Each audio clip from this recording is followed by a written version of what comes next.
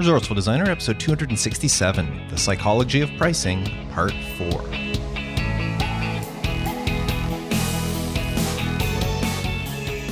Welcome to the Resourceful Designer podcast, offering solutions to streamline your graphic and web design business so you can get back to designing. And now, your host. He likes drinking soup from a mug, Mark Dickout. I don't know. There's just something I find cozy about sitting on the couch sipping a warm cup of soup. You gotta enjoy the small things in life. Anyway, this is week 4 of my Psychology of Pricing series, where I share research-proven strategies to influence people to part with their hard-earned money. Now, some of these pricing tactics work great for your design business, and many of them are perfect for you to help your clients get more sales. Now, if you haven't listened to the previous episodes in this series, I suggest you do. They're all available on the website, or just look back through your podcast player and find episode 264, part 1. Now, I mentioned last week that I would conclude the series with this week's episode. Well, I guess I kind of lied to you there. You see, I didn't have very much time this week to prep for the podcast, and while I was prepping, I noticed there was a really nice break in Nick's article. Nick's the person whose article I'm referencing in this series. There was a really nice break in his article where he transitions from one type of pricing tactic to another. So I decided to break it at that point and include the last piece of his article in the final episode of this series. But I'm telling you, next episode will definitely be the final one. I pinky swear it. But for now, let's continue with the tactics where we left off last week. Now, as I mentioned in the previous parts to this series, the tactics that I'm sharing with you were taken from a very in-depth article written by Nick Kalenda, which can be found on his website, nickkalenda.com. And the article in question is The Psychology of Pricing. So you don't have to go to his website and search through it. I'll just provide a link in the show notes directly to that article, in case you do want to read through it yourself. But I know many of you have let me know that instead of reading, you just want to hear all the stuff that Nick had to say and hear me kind of relate it to our design business. So that's what I'm going to keep on doing. So without further ado, let's continue with the tactics with Tactic 29, Create a Payment Medium. If you recall last week's episode, I talked about the pain of paying, that feeling we get when we have to part ways with our hard-earned money. Well, Tactic 29 is a great way to reduce that pain by creating a payment medium that sits between the money going out and the payment being made. So what exactly is a payment medium?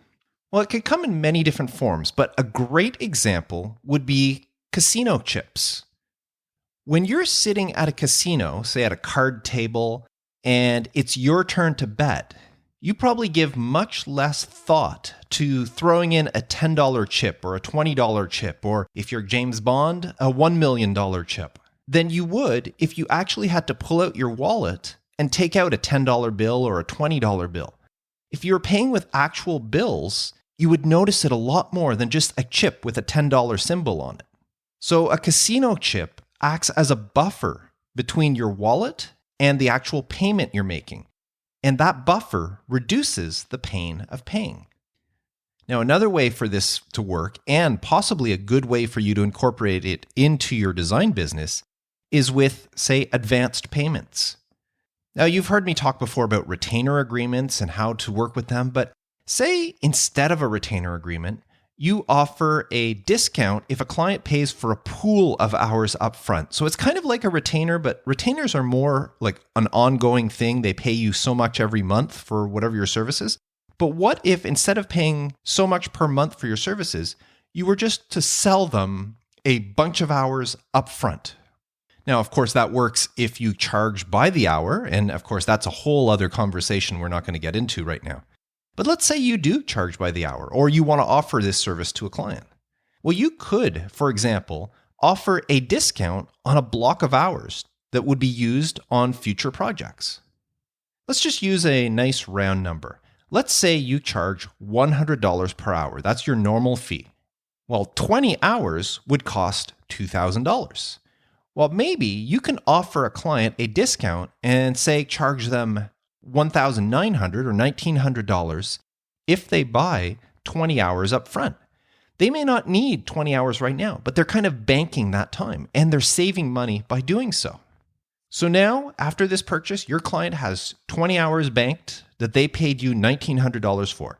And the next time that the client has some sort of idea, they're thinking of something, they're not sure if if it's a good idea or not, they may not hesitate. They may contact you and say, hey, you know what? We've got these 20 hours banked. Can you spend a couple of hours to test this thing out for us? See, in their mind, it's already paid for. There's no pain of paying coming at this point because it's already been paid for. So by purchasing these hours up front, it creates a payment medium which reduces the pain of paying. And it's much easier for the client to justify spending hours they've already purchased than it would be for them to justify spending extra money on an idea, even though in the long run it works out to being the exact same cost. Another way to look at this is with refundable deposits. Say you or maybe one of your clients is starting something, I don't know what, but whatever it is they're starting requires people to open up an account whenever they sign up. Well, it might be a good idea to require people to make say a $50 refundable deposit into their account to be used towards future purchases or services. So when somebody wants to open an account with you, they have to put a minimum of $50 into the account. And if they decide at any point, they can withdraw that $50. But to open the account, they have to put it in. Well, once it's in there, of course, they can use it for future purposes. And of course, saying that the money that they're depositing is refundable will create less resistance for them depositing it. Most importantly is this deposit now acts as a payment medium. People will be more willing to spend it since it doesn't feel like money coming out of their pocket anymore. They've already put it into the account, and now it's there, might as well use it. I know just recently during the pandemic, one of the lotteries, those ball lotteries they have, was getting to a very high jackpot here in Canada. And I decided, just on a whim, I don't usually buy lottery tickets, but I decided, why not? A friend of mine told me you can now buy lottery tickets online. You don't have to go to the store to do it. So I downloaded the app for the Ontario Lottery Gaming Commission's site, and I opened up an account. But as I opened up an account, they asked me to deposit minimum of $20. So that wasn't a big deal. I deposited $20 because I was going to buy tickets anyway. But when it came time to buy the tickets, I was going to buy $12 worth of tickets. But I had $20 in the account. And if I bought $12 worth of tickets, that would have left me with $8 there that I didn't know what to do with. And it's not something I want to do on a regular basis. This was just a one-time thing because of the huge jackpot. So instead of spending the $12 I normally would have, I decided to spend the full $20. So in this case, them forcing me to deposit at least $20 into the account caused me to spend $20 with them. And that's because of this payment medium. Once the money was in the account, what's the big deal? I might as well spend it. So that's the whole mentality behind it. And it's something to think about. Maybe there's a way to incorporate this into your design business. Now, tactic 30 is to avoid language related to money. Now, this tactic works great when combined with tactic 29 that I just told you about. Instead of referring to deposited money as money, you may want to refer to it as something else, such as maybe credits. So, say for your design business, instead of your client buying 20 hours of your service, you have them buy 20 design credits, where each credit is worth an hour of design. But when a client asks you to design something or asks for a quote on something, you can tell them, it'll cost you X amount of credits. A 2004 study showed that using something such as credits creates what's called an off-balance conversion between the money and the value that is being spent. This conversion creates a payment medium that is more effective as it becomes more difficult for the customer to convert the value. So when you quote a client, say 3 credits for a project that they're proposing, and they're thinking, well, I have 20 credits and this has only cost me 3, so it sounds like a great deal. I might as well do it. And it might encourage them to go ahead, where if you were to tell them this project would cost you 3 hours out of the 20, or that each hour is $100. And so in other words, this project's going to cost you $300. The client may hesitate on spending the money on it, even though it all is essentially the exact same thing. But the fact that you're now referring to them as credits and not time or not money is enough of a departure from the norm that the client will be more inclined to go ahead and say, yeah, I've got 20 credits. What's 3 of them? Might as well spend them. So think about ways that you might be able to incorporate that into your design business, or to help your clients with whatever it is that they're doing, that they may be able to do something like this. Now, tactic 31 is to emphasize the inherent costs of your project. Not only do people care about the perceived magnitude of a price, for example, whether it's a high price or a low price, but they also care about the perceived fairness of a price. Even if you price something low, people can still perceive it as an unfair price. And the opposite is true as well. People could perceive a high price as a fair price.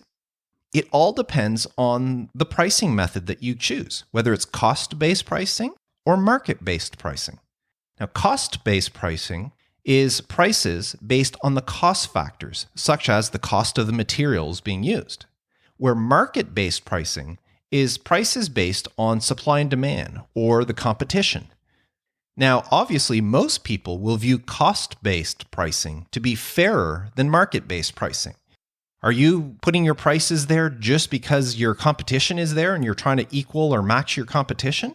Or is this cost-based pricing where you're putting your prices at a certain level because that's what it actually costs to produce the thing plus a small markup? So people would much rather the cost-based pricing. But since consumers don't usually know the actual cost or the markup of an item, making the relevant cost and the quality information transparent helps them make their purchase decision. So what do I mean by all this? It's actually quite easy. Simply emphasize the product's quote-unquote top-of-the-line materials or any other cost-based inputs that can influence the buyer. So if you're creating a packaging for a client that's created a new, some sort of new beverage or whatever, instead of putting on the package that their beverage is delicious, you might want to say something like, your beverage uses naturally sourced organic ingredients. Including this information triggers a more empathetic perception of the price, and people will be more willing to buy it. Just saying it's delicious, you can't really put a price on that. But as soon as somebody sees that it's using naturally sourced organic ingredients, well, now all of a sudden, it has a little bit of a higher price, but that makes sense now because they're paying extra to get these naturally sourced organic ingredients. So because of that, I'll be willing to spend a little bit more.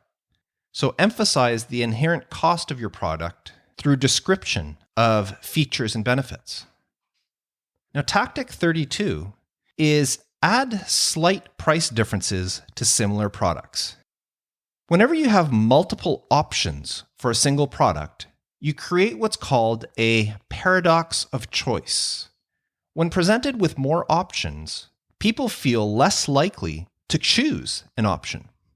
That's because once they choose an option, they lose the benefits offered by the other options. This loss aversion causes people to hesitate or even postpone their decision making. And this feeling increases as more and more options become available. I experienced this just recently. I had to buy a new chainsaw. And when I was looking, I'd narrowed it down to the brand. I wanted a certain brand of chainsaw. And when I went to their website, they listed, maybe a dozen different chainsaws to choose from. And I had a really hard time because there were some similarly priced chainsaws in the amount of money I wanted to spend. There was, I think, 4 different models that were within my price range, but each one had different options. And there was one chainsaw that had an option I wanted, another one had a different option I wanted, and a third one had a different option that I wanted. But I couldn't get all the options on one chainsaw without upping the price a lot.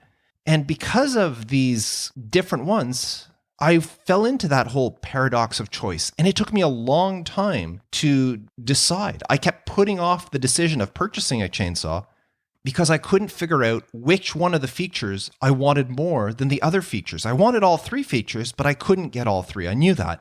And it was a matter of compromise. And at that point, I was looking at the three chainsaws. They were all identically priced. And it took me a long time before I finally just said, it really doesn't matter in the long run. And I picked one and bought it. But I could have just as easily just said, forget about it. I don't know anymore. I'm just not going to buy a chainsaw. In a 2012 study, 2 groups of participants were asked if they wanted to purchase a pack of gum. Now, each group had 2 options.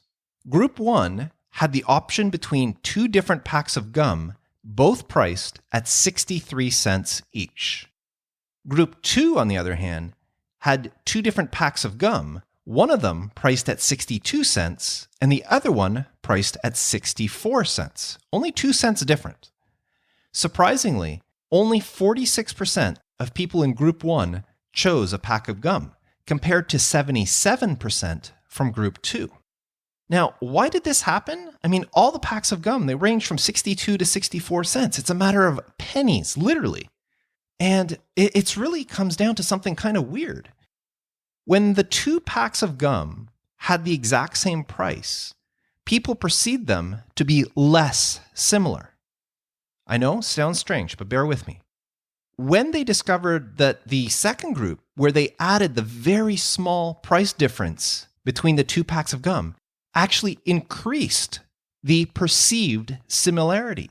So when the prices were identical, the people thought that the 2 packs of gum were less similar, but when the prices were slightly different, they thought that the 2 packs of gum were very similar. Now, I know it's a little bit hard to comprehend, but this happens because when the 2 packs of gum had the exact same price, people couldn't compare the 2 of them based on price. It was the same price for both of them. So how do you make a decision on which is which? As a result, the people started looking at other things to differentiate the characteristics of the 2 packs. And when they started looking at the 2 differences, then the 2 products became less similar. Maybe one of them was one flavor, the other one was another flavor, and now the 2 flavors were like, wow, these are really far apart. Which one do I want? And it was hard to make a decision. But when the prices were slightly different, even though there was just a couple of pennies, people felt less need to compare the characteristics between the 2 because now they can differentiate the 2 based on price. Do I want to spend 62 cents on a pack of gum or 64 cents on a pack of gum? It doesn't matter that one of them is cherry and the other one's strawberry. Since the people in Group 2 focused less on the difference between the 2 packs of gum, both packs maintained a higher degree of similarity, making it easier for them to choose and purchase one of the 2 packs. It sounds a little convoluted, but it actually works. And you notice this tactic a lot on platforms such as Amazon. Just recently, my wife and I were shopping for new dish towels. We wanted to buy some new ones to replace the old, stained, and ratty-looking ones that we had. And we narrowed it down to a certain type of dish towel.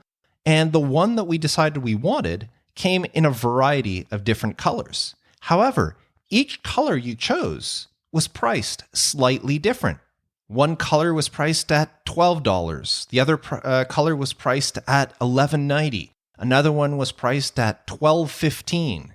So even though the price differences were very minimal, it made our decision easier on which color to purchase. We ended up going with the one where we saved 15 cents. But if they were all the same price, it would have made our decision a lot harder because we couldn't decide on a couple of the different colors. We just didn't know which ones we really wanted. So we based the decision on the fact that one of them was 15 cents cheaper than the other pack. By the way, in case you're interested, we chose the gray ones. Moving on to tactic 33. Use more frequent yet smaller price increases. Oh man, let me tell you, out of all the tactics I've shared with you in the past episodes and this one, this is the tactic that I want designers to listen to and follow with. The idea behind this tactic is to control price perception when it comes to price increases. And this is done through what's called JND, just noticeable differences. And just noticeable differences is the minimum amount of change that triggers detection. In other words, the difference that is just noticeable. Increasing your hourly rate from $50 an hour to $55 an hour will be less noticeable than if you were to increase it from, say, $50 an hour to $80 an hour. Now, obviously, people notice increases, especially the higher they are. The more you increase the price, the more people will notice that the price has been increased. Now, unfortunately, most businesses, and when I say businesses, graphic designers fall directly in that category, are very guilty of this. They try to avoid pricing increases until it's absolutely necessary to do so. The problem with that is when you reach the point when you feel like, wow, I really, really need to increase my prices, chances are increasing them by a little or tiny amount won't help much because you're so far behind that you'll need to increase it a lot, which will be noticeable. I know many designers who still charge the same rate today that they charged 5 years ago, or even longer than 5 years ago. But the problem is the price of everything around you is increasing. It's called inflation. And yet these designers are still charging the same amount of money they have for the past several years. At some point, they're going to have to raise their rates just to keep up with inflation. As groceries get more expensive, as filling up your car with gas gets more expensive, as the cost of electricity gets more expensive, they will need to make more money. But when they finally do make that decision to raise their rates, they'll need to increase it significantly in order to catch up with inflation. So this tactic 33, states that you should always increase your rates or prices more frequently, but in smaller amounts. Now, my suggestion to you, and something I did for years, was to always increase my rate by a very small amount every January. If you increase your rates by, say, $5 per hour, your clients might not even notice it. And those who do notice probably won't be too concerned. What's an extra $5 per hour I'm charging, I'm paying so-and-so to design something. However, if you charge them $50 an hour for 5 years and all of a sudden raise your rates to $80 an hour, then they're going to go, oh, whoa, I don't know, the $80, whew. Well, maybe I better shop around. Oh, that's a lot of money.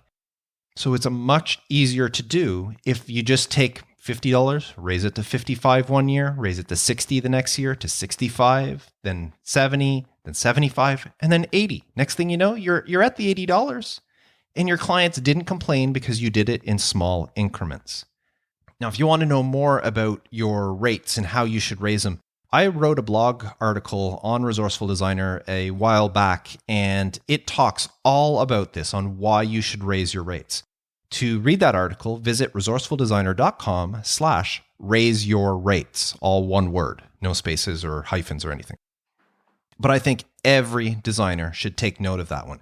Whether you charge by the hour or you charge by the project, you should, over time, slowly increase those rates. Now, tactic 34 is downsize a feature besides the price. The concept of just notable difference can be used in other ways as well. Actually, you see this all the time in the food industry. Instead of raising the price on something, they reduce the size instead.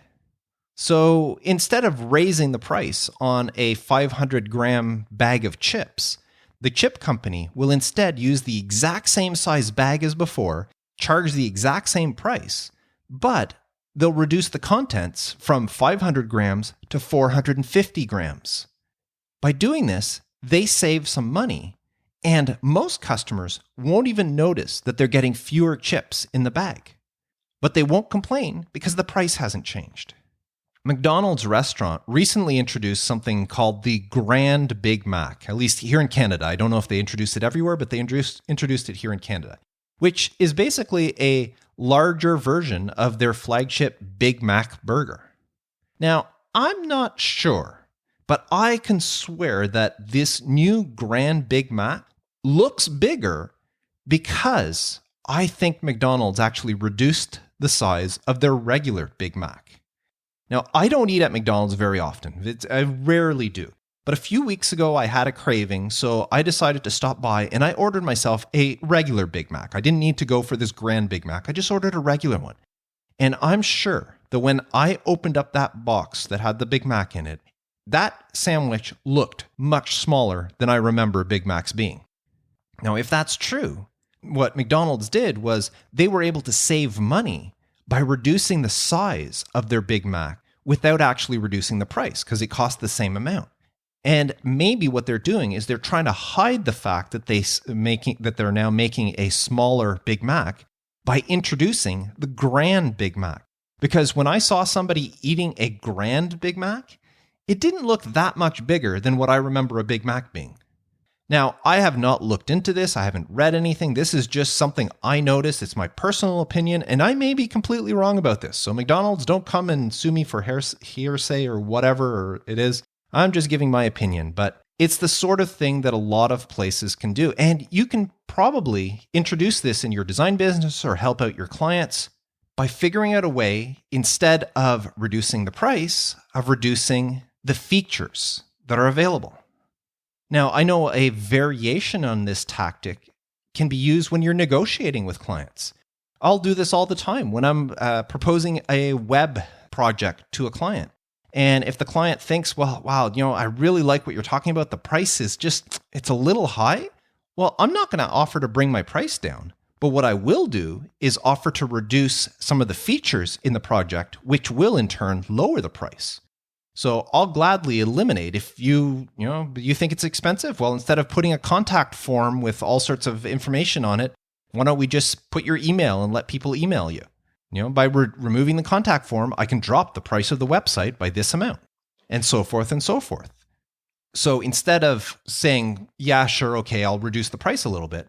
Yeah, I bring the price down, but I do so by eliminating features. Now, I also make sure that the features that I remove are actually worth more than the amount that I reduce the price. So if I figure that, say, putting that contact form would actually add $500 onto the price of the website, then if I say I'll remove the contact form, I'm not taking $500 off the price. I may take $200 off the price to reduce it, which in a way may make it more appealing for the client to go, you know what? No, forget it. I really want that contact form and I'll pay the extra $200 for it. So whenever possible, downsize a feature instead of the price. Now I'm going to stop it here. As I said in the beginning, there's a very nice division in Nick's article. At this point, all the rest of the tactics all have to do with discounts. So he stopped talking about pricing and other stuff, and now all the tactics are discount related. So what I'm going to do is I'm going to save that discussion for next episode and have an entire episode devoted to the psychology of pricing when it comes to discounts. So I hope you stick around and come back for that one. The easiest thing to do is subscribe to the podcast. If you're subscribed, you know that you'll get the next episode as they come out. Or try downloading the app. There's a Resourceful Designer app available in both the iOS, which is Apple, or the Android app stores. And if you download the app, then every week you get the episodes right there, and you have all the past episodes available to you. So when I say go back and look at a previous episode, they're all there in the app. So it's very convenient, and the app doesn't cost you anything. Speaking of which, I haven't asked you in a while, but if you know another designer that you think may enjoy the content of Resourceful Designer, please share the podcast with them. Let them know that they can download it anywhere they listen to audio, or they can download the app, as I just said, in the iOS or the Android stores. Share the love and let other designers know the little secrets that you're gaining from listening to this podcast. Now, before I go, I just want to remind you of the Resourceful Designer community. The community is a place where we share tactics, such as those in this Psychology of Pricing series, and so much more. There is so much help being sent back and forth, tips being shared, advice being sought. It is such a great place to share, to learn, to grow. And that's what we're all for. We all want our business, our design business, whether you're a graphic designer, a web designer, a UX designer, whatever you call yourself. You want your business to grow. And that's what everybody in the Resourceful Designer community is working towards and helping each other to achieve. So that's all I'm going to say about it this week. If you are interested, please visit resourcefuldesigner.com/community and join today. So that's it for this week. I look forward to concluding this series finally in the next episode. But until then, I am Mark Decote, wishing you all the best with your design business, and as always, reminding you to stay creative.